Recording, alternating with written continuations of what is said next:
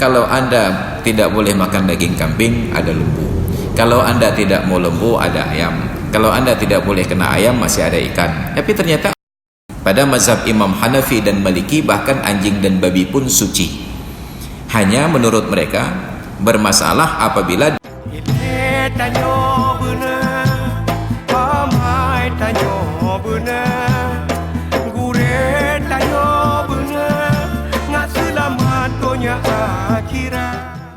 ini menjadi miris ketika sekarang ini kita di Aceh dalam suasana peringatan Maulid, kenduri di mana-mana, makanan terbuang berlebih, bahkan keluar berita di media, Indonesia adalah negara penghasil sampah makanan terbesar di dunia. Kita tidak pernah makan sampai selesai, tetap kita buang-buang. Bahkan orang-orang Eropa yang berinteraksi dengan kita merasa miris dengan kondisi kita ini. Mereka makan sampai selesai, mereka makan sedikit, masukkan ke dalam piring untuk dimakan. Kita masukkan dalam piring, stop untuk 2 hari. Diselesaikan sebahagiannya. Entah tidak ada yang mengajarkan etika dan adab, karena sekarang kita terbiasa kenduri itu hidangan ala Perancis katanya, prasmanan. Dihidangkan di atas meja. Biasa dulu kita duduk di lantai, dihidangkan di dalam baki, dalam talam. Kita ambil sebatas yang kita perlu. Nasi kita ambil sebatas perlu, diambil makanan sebatas perlu. Kalau kurang ditambah, kurang ditambah. Tapi karena masuk tradisi ala barat ini, ala Perancis katanya, ambil piring, ambil nasi sebanyak-banyaknya, ambil kuah sebanyak-banyaknya, dan setiap yang ada dalam panci itu diambil seluruhnya. Seolah-olah pengajarannya, apapun yang tersedia ambil saja. Padahal disediakan banyak untuk dipilih. Kalau ini tidak sesuai, ambil yang lain. Kalau ini tidak sesuai, ambil yang lain. Tapi semuanya dimasukkan. Kalau ada 5 pilihan menu, 5-5-nya masuk. Ada kuah belangong, ada kuah sup, dicampur dua-duanya. Pokoknya cok menu. Kemudian masukkan kerupuk dalamnya. Kerupuk kena kuah, hancurlah kerupuknya. Kemudian ada daging ayam, ada daging kambing, ada daging lembu, semuanya diambil. Padahal disediakan pilihan. Kalau Anda tidak boleh makan daging kambing, ada lembu. Kalau Anda tidak mau lembu, ada ayam. Kalau Anda tidak boleh kena ayam, masih ada ikan. Tapi ternyata 4-4-nya diambil. Lembu, kambing, ayam, ikan.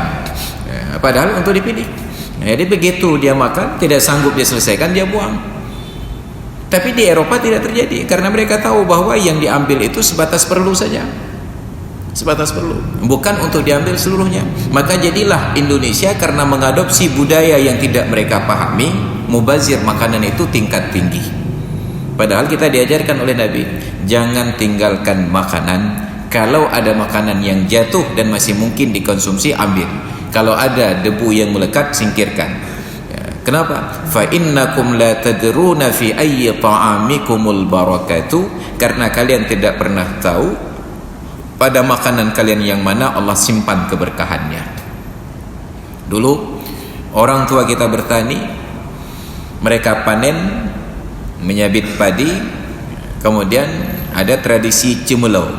Jadi padi tersebut bulirnya dipisahkan dari tangkainya dengan praktek cemelau.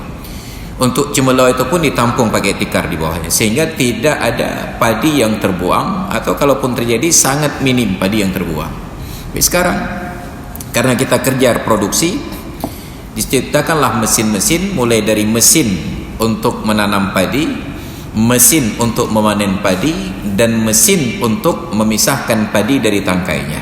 Pada setiap tahapan tersebut terjadi proses mubazir.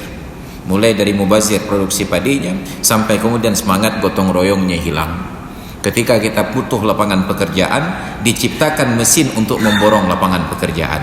Yang dulu orang-orang miskin di kampung masih ada harapan bekerja untuk memotong padi, memanen padi, dapat rezeki. Sekarang ruang pekerjaan itu sudah dirampok oleh mesin.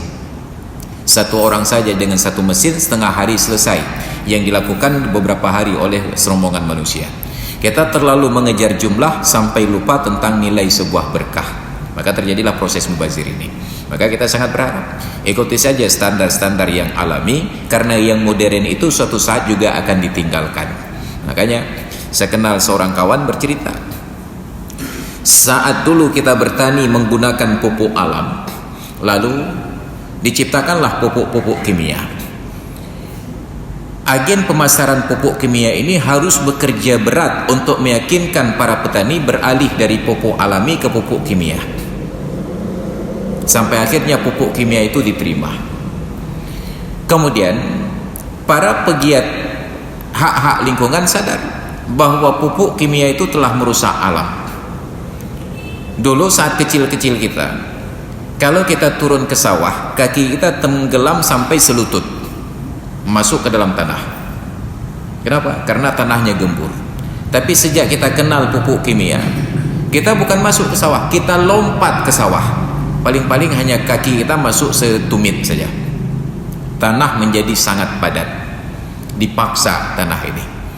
Maka ada orang-orang yang dulu pernah bekerja di perusahaan pupuk taubat. Apa kata mereka?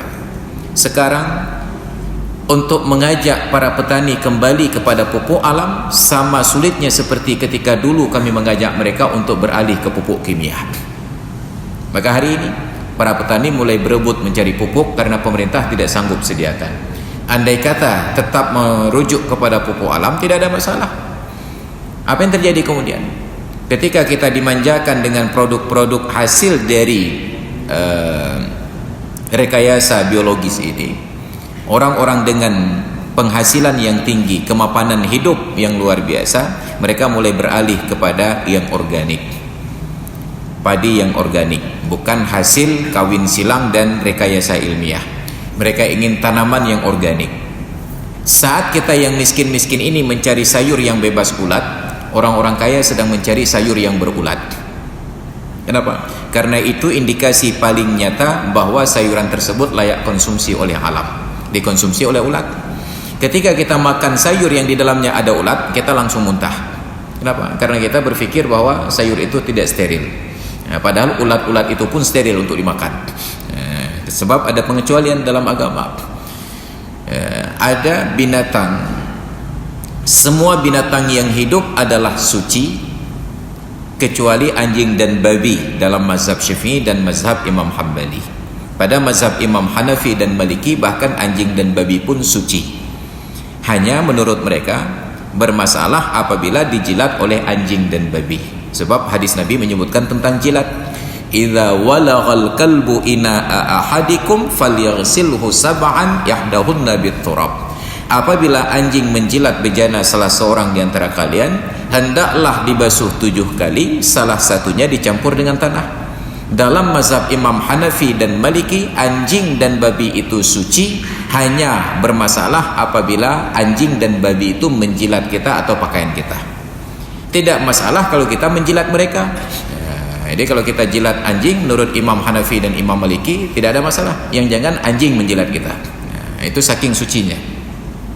Kembali ke mazhab Syafi'i tadi, semua binatang yang hidup adalah suci kecuali anjing dan babi. Tapi apabila mati, semua binatang itu menjadi bangkai dan najis. Semua binatang yang mati menjadi bangkai dan najis, kecuali 5. Yang pertama manusia. Manusia yang mati tetap suci. Yang kedua ikan yang mati tetap suci. Yang ketiga belalang yang mati tetap suci. Yang keempat binatang-binatang kecil yang tidak punya darah mengalir, mati dan jatuh ke dalam cairan, maka dimaafkan, tetap hukumnya suci. Dan yang kelima, binatang yang tumbuh di dalam buah-buahan dan daun-daunan, walaupun mati tetap suci apabila dimakan berikut dengan buahnya. Kita makan buah mangga, saat dikupas ternyata di dalamnya ada ulat. Ulat itu boleh dimakan bersamaan dengan buah mangganya, suci.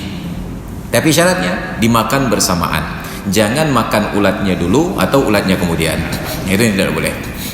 Tapi begitu kita makan langsung dengan ulat, itu dianggap selai. Maka ulat-ulat di dalam sayuran itu tidak perlu terlalu repot untuk dipisahkan. Itu suci. Persoalan jijik tidak jijik itu sangat relatif, kembali kepada kebiasaan. Marmut, kelinci itu halal untuk dikonsumsi setelah disembelih. Tapi kalau kita melihat orang sembelih marmut, saat ditawarkan makan kenduri, kita ingatnya kucing, jijik.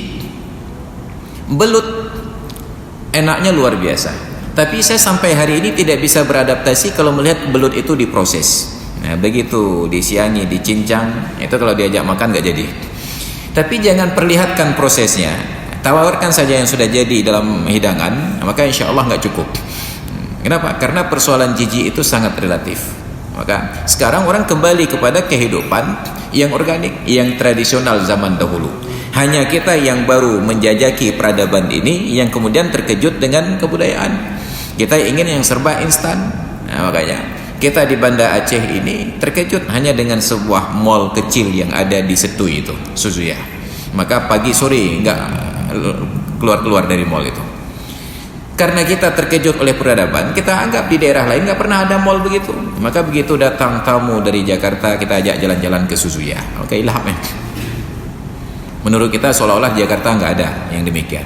Datang kawan-kawan dari Medan, kita ajak jalan-jalan ke Suzuya. Tidak, mereka tidak sedang mencari Suzuya kembali. Mereka ingin melihat pantai yang alami. Mereka ingin melihat gunung yang alami. Ini bahkan tamu-tamu dari Malaysia pun diajak ke Suzuya. Habis bangai ya. Mereka ingin melihat yang alami, yang natural semula jadi. Itu yang sudah tidak ada lagi di negara maju. Tapi kita justru menunjukkan kepada mereka yang sedang kita usahakan untuk maju. Maka orang datang ke Masjid Raya Banda Aceh bukan mau lihat payung. Di negara maju payung itu sudah kampungan sekali. Tapi terasa keren payung itu untuk orang-orang seperti saya dari Cot Keung. Sengaja datang untuk melihat kapan payung itu dibuka, kapan payung itu ditutup. Orang datang hanya ingin untuk melihat arsitektur Masjid Raya yang zaman dahulu. Tiba-tiba ditutupi oleh payung tersebut untuk menghibur orang-orang Cot Keung seperti saya. Maka orang-orang luar tidak mau datang lagi. Kenapa? Karena yang mau mereka lihat itu warisan masa lalunya ini. Ini keterkejutan kita pada budaya. Tidak siap. Itu studi banding di Urau. Jadi ini gambaran betapa yang alami-alami tersebutlah yang akan bertahan. Ilmu tanyo benar, amai tanyo benar, kure tanyo benar, ngak selamat dunia akhirat. Ilmu tanyo benar, amai tanyo benar, kure tanyo benar, ngak selamat dunia akhirat.